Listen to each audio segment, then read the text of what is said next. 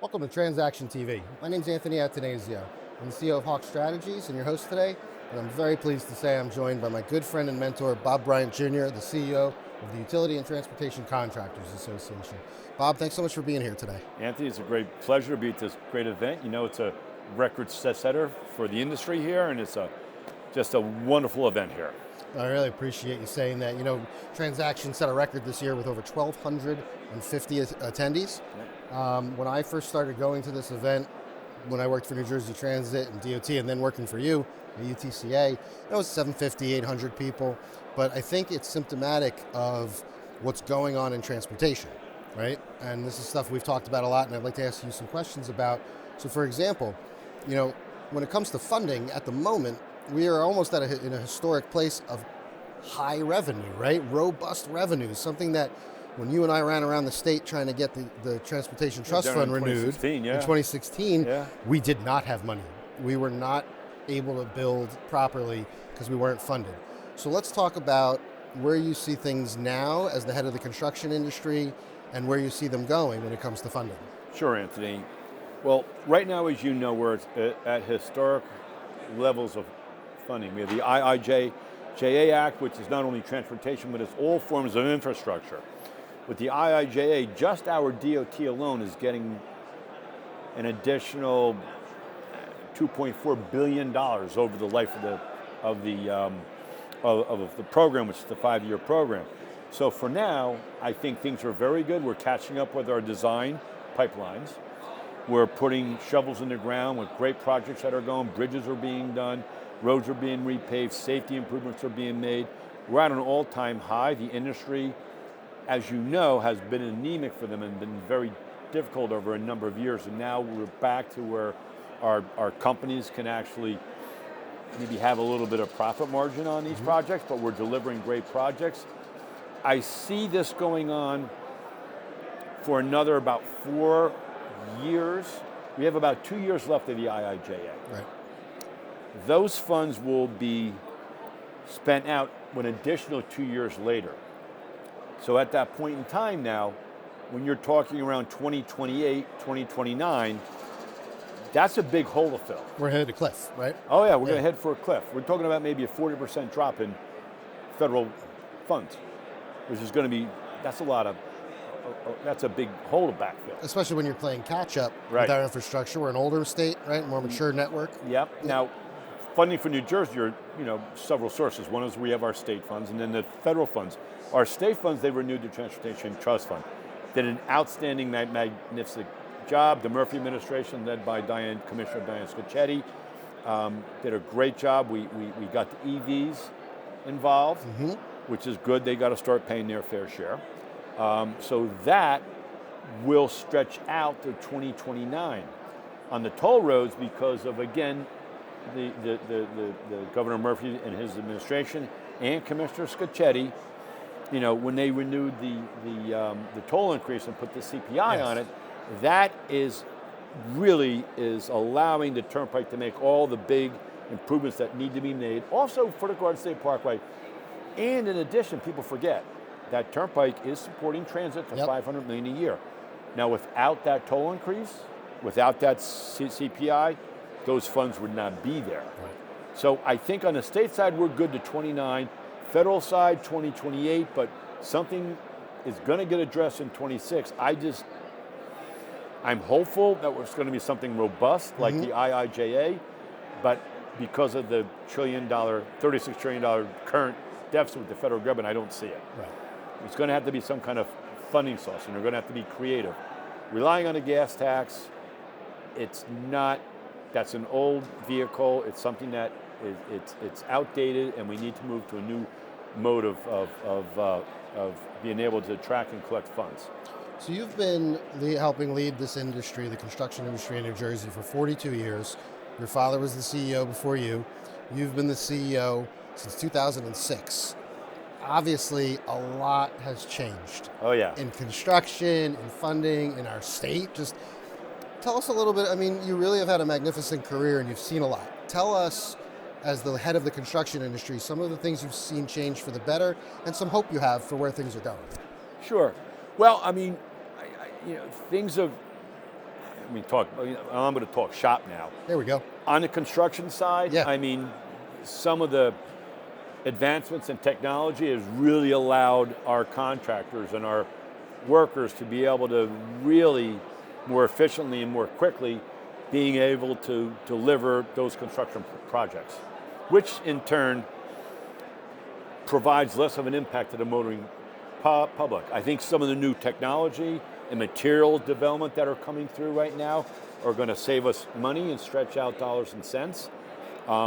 It's also going to, for an example, we have new concretes that cure within 24 hours, 20 to 48 hours, where usually it would take a full 3-4 weeks to get full strength. We have new composite materials that's going to, in some cases, take the place of steel beams. And so a lot of the technology and also productivity improvements has allowing us to get more bang for the buck with our construction dollars and cents. On the design side, I'm seeing some amazing designs and new technology that these engineering firms are coming up with. The new technology, the underground radar penetrating that'll actually give you a picture of what's underground. Yep.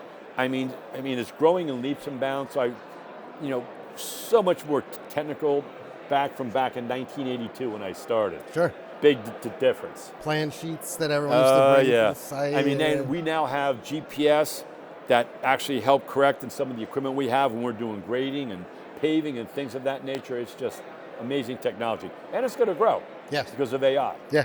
So, most folks at home already know this, but the Utility and Transportation Contractors Association is New Jersey's premier construction trade association and really represents the best of the best family-owned companies and folks who best on the East Coast. Care about where they're building and working. Something that you taught me from day one working with you at UTCA.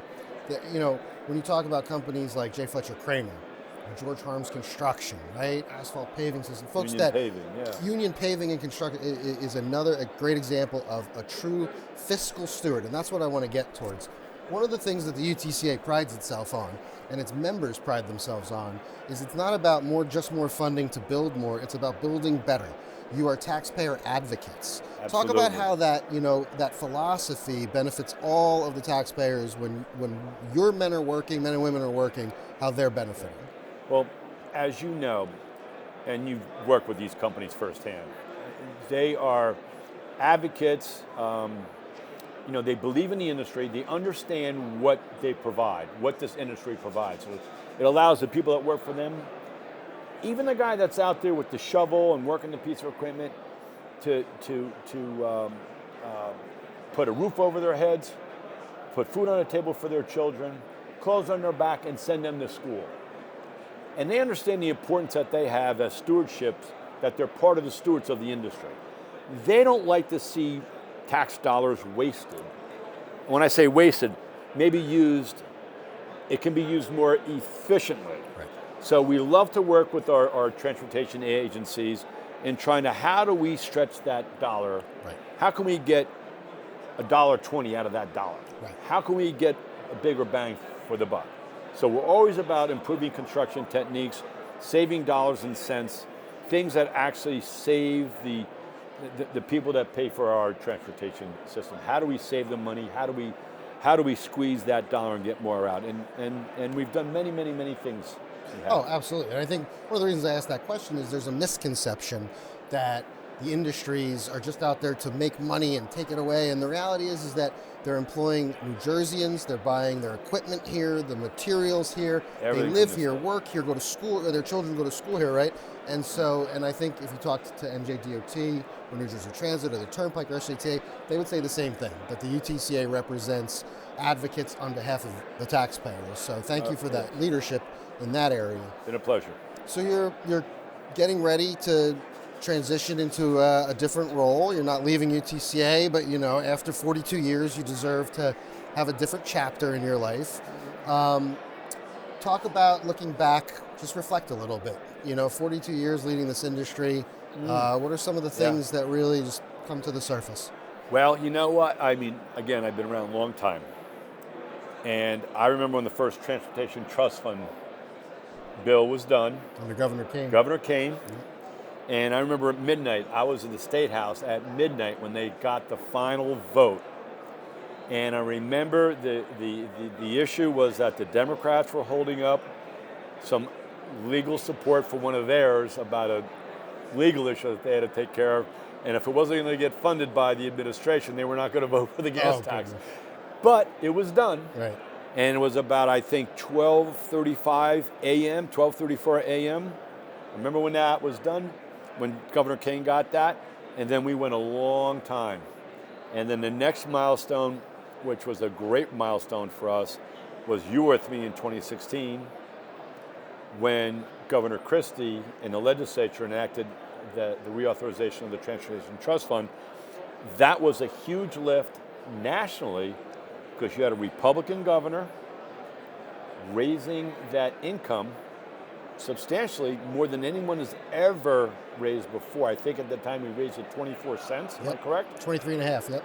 23 and a half cents. Yep. And boy, oh boy, that was like a chess game in a battle, and it worked out the best, and it kept our transportation system being funded, allows us to continue to fund transit, Right. As well as our Department of Transportation. Local aid went up double. We doubled local aid. That was a big, big, big, big milestone. Yeah. You know, sitting up in the gallery with you as that final vote was passed was one of the greatest moments of my career. The other thing that I would point out is that wasn't just raising revenue for infrastructure. That was the largest tax reform package in our state's history. Yes. The legislature and the governor eliminated the estate tax, reduced retirement income taxes. On Social Security, remember? Yeah.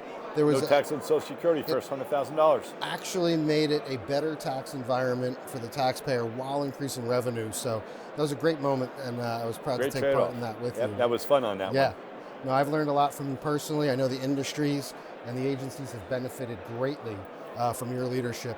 So I want to thank you. I want to thank you for joining us today on TransAction TV. I want to thank you for your leadership to the industry, to our state, and look forward to working with you for many years to come. Thanks, Anthony. It's been a pleasure working with you, and we still work together. And thank you, folks. Thanks so much for joining us for this episode of TransAction TV. We'll see you next time.